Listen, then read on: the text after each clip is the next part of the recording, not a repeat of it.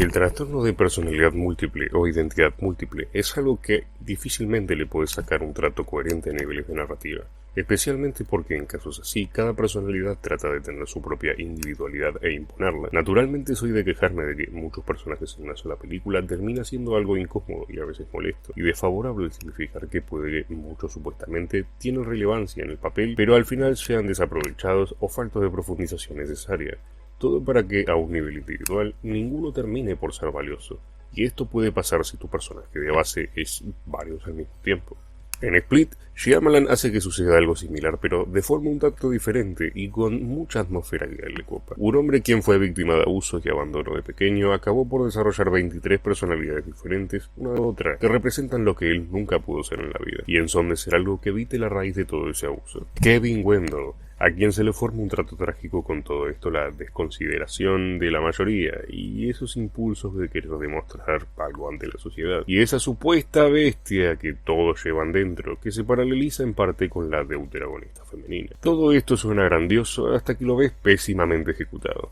En especial la parte de la exploración de Kevin, a quien nunca conoces en la película, de hecho. Lo único que tenés es que sufrió abuso y listo. Eso es todo lo que se te da del personaje en sí. Lo demás son personalidades unidimensionales, caracterizadas por una o dos boludeces que a veces ni son rasgos identitarios sino una capacidad física, que están en él actuando con un cuerpo cual caparazón, pero al original de base nunca lo estás viendo, sino que ves a las capas que supuestamente están para protegerlo del mundo exterior, bajo un conflicto interno autoimpuesto, porque este drama con que no los toman en serio es algo que no necesariamente nace de un grupo de personas que activamente se muestren actuando contra Kevin y su caso, sino que esto es muy poco mostrado y la única en condiciones que interactúa con el pelado es esta doctora anciana que de hecho lo trata bien, por lo que el problema siempre termina siendo Kevin en instancia presente, y con esto la narrativa de la película se contradice. A todo esto entran las víctimas, y no me voy a detener en hablar de cada una, puesto que todas comparten la característica de existir únicamente para sufrir y no significar mucho en el avance de la trama, al ser la mayoría de sus intentos frustrados a irrelevantes para que algo mejore o evolucione. Y de hecho, la mayoría de ventajas y situaciones de tensión real se dan por los convenientes momentos en el que actúan más personalidades que, casualmente, ahora no son hostiles, claramente para no volver tan aburrida la dinámica y para que se pueda conseguir ese balance de tonos y alivianar el ritmo denso con tensión al mango, cosa que siempre le puedo reconocer a Shyamalan, pero en este caso es una demostración de que no hay mucho de qué agarrarse para que se vuelva interesante. Casey tiene un pasado marcado y supuestamente su caso es un contraste con Kevin y este hecho bestia por fin, demostrando cómo puede transfigurarse en víctima y victimario. Y si bien lo entiendo, no puedo decir que esté tan bien llevado a cabo como tema. Principalmente porque este pasado al final no sirve de nada, porque no ves más de Casey fuera de su situación de víctima de secuestro. Soy partidario de que se explore un trasfondo para cualquier personaje y saber lo más posible de este. Pero si esto solo tiene un propósito, acá se nota que no es el caso, ya que, como dije, lo único que hace la mina en toda la película es buscar escapar e interactuar con las personalidades de Kevin para sacar ventaja. Pero nunca hay un vínculo real establecido, por lo que el hecho de que éste le perdone la vida al final se siente forzado y conveniente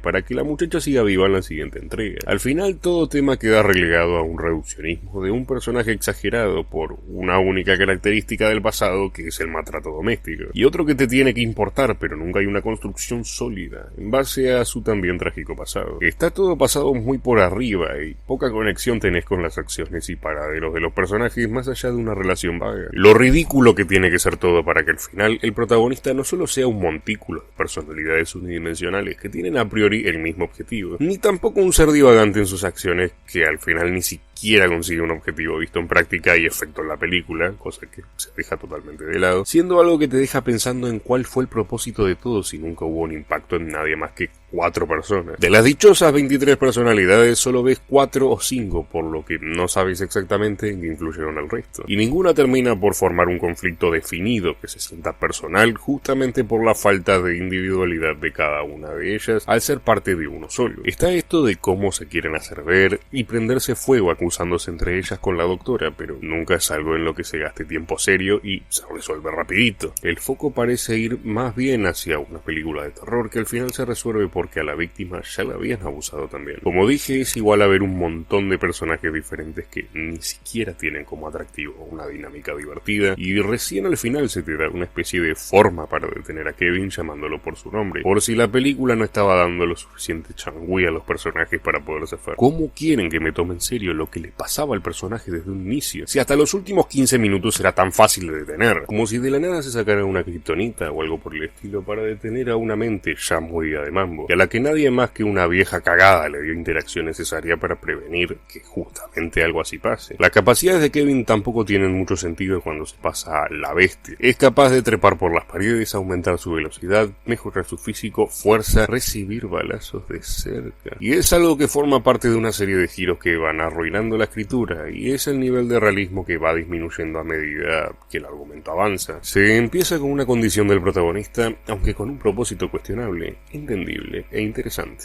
Creíble por sobre todo, pero cuando se te lleva a la recta final todo va perdiendo el sentido y se pone demasiado absurdo, a niveles en los que no te lo podés tomar en serio. Y creo que es parte de que esta película necesitaba desesperadamente tener ese toque sobrenatural para estar conectada con un Breakable y derivar en Glass, cosa que comprometió la trama para terminar con un plot twist tan pedorro. Es más, mucho hablar de la tensión, pero acá hasta el tercer acto no sentirías ninguna esperanza por las chicas si las rotaciones de identidad repentinas no fueran de lo más conveniente, y lo insultante que se pone cuando te das cuenta de que hasta el mencionado final no se les ocurre escarbar entre los estantes con cajones para tener una mínima probabilidad de escapar en vayas a saber cuánto tiempo. Tampoco sabemos cómo hizo Kevin con tanta inestabilidad en su actuar para organizar también un escondite y que al final solo se entere gente por la gansada de dejar viva a Casey cuando le acababa de disparar. Desde lo técnico se destaca más que nada la actuación de McCabe, que es bestial y da carisma a esa aleatoriedad del personaje, pudiendo ser aterrador y adorable en nada con efectividad, o haciendo que se le pueda reconocer la personalidad solamente con la expresión del momento. Un relojito actuando. El soundtrack le da mucha contundencia y suspenso a los momentos de pánico, y aunque no haya un punto de inflexión marcado, más allá del momento del tren, que más bien parece arte de magia, las transiciones y el uso de los sonidos de ambiente sin muchos efectos suelen estar bien dejados. Si le tendría que criticar algo serían esos molestos planos frontales, con ese raro enfoque que se extienden de más en ocasiones y descoloca al espectador en momentos que no tienen tanto significado. Lo mismo digo con la iluminación en algunas escenas como las de la persecución, que repiten mucho los contrastes y a veces evitan la visibilidad al no ir muy bien acompañado con el movimiento de la cámara y actores. Pero en líneas generales no es algo terrible al menos. Destaco el trabajo en añadir elementos alegóricos como los reflejos en ciertos lugares, o toda esta insistencia en las barreras que representan las puertas, o el disparo del final que, según el pasado de Casey. Así que algo para agarrar al menos tenemos. El disparo en el pie más grande de esta serie de películas, yo ya dije que es su esfuerzo para que lo sobrenatural adquiera un peso temático, cosa que en el intento comúnmente aplaudo, pero no puedo decir eso acá, ya que se nota lo metido con calzador que está todo. Se supone que es la presentación de un villano, pero sus motivos no están en una relación seria con el trasfondo, puesto que nunca sabes qué tiene que ver exactamente lo que le ves a cada personalidad con el trauma de Kevin, porque 1. Nunca sabes nada de Kevin originalmente como persona propia, y 2. Tampoco tenés una indagación sobre cómo el trastorno se fue desarrollando e instalando con el pelado. Todo lo estás teniendo que asumir de las conversaciones que tiene con la doctora y este sentimiento de ser la cúspide de la evolución, que solo lo deja como un síndrome esquizofrénico que más bien parece esta típica agenda de monstruo incomprendido y agigantado por capacidades que ni tienen sentido para empezar. Atacar solo a los que no han sufrido. Es la clase de cosas que diría un bicho edgy de algún creepypasta de 2009, lo que al final de cuentas resume a las películas de Night Shyamalan. Seamos honestos. Los demonios de abuso y abandono al final no significan un aprendizaje o un punto clave para nadie. La catarsis de Casey es solo dispararle a la bestia, sin nada a aplicar en vida posteriormente. El simbolismo de Kevin con los espejos y sombras está bien, de nuevo, implementado bien, pero nuevamente no vemos en qué afecta el trayecto del o los personajes de ahí en adelante, porque no importa. Es la liberación de un monstruo random para tener un combate en la próxima película, basado en una naturaleza rebuscadísima y en un caso psicológico que no tiene conexión fija o elaborada con el pasado del personaje en cuestión, simplemente porque no pasas el tiempo necesario con el hombre en transición, por lo que el resultado es una historia de abusos que resaltan al sufrido como un mayor, aunque uno de los dos sea un loco de mierda y la otra sobreviva por salvarse de pedo en múltiples ocasiones y ser perdonada sin algún tipo de sentido. Si es que ese es el mensaje, solo puedo decir que usaron una situación delicada para justificar el actuar de un personaje del que ni siquiera tenés una perspectiva propia y real, siendo una inconsistencia andante que actúa aleatoriamente en pos de un plan agarrado de los pelos que lo deja peor de lo que en un inicio se lo pinta, como lo que se piensa de él, es decir, su fantasía mental. Es una de las peores formas de plasmar un caso de trastorno derivado de abuso psicológico, dándole nula profundización y recurriendo a reduccionismos y paralelismos chotos que no están contribuyendo a ningún tema a cerrar, que no termine viéndose como algo que no venía al caso. Es, en conclusión, un slasher retrasado pintado de estudio mental, sin sostén real en algún tópico a tomar en serio como mensaje, y Shyamalan la concha de tu madre.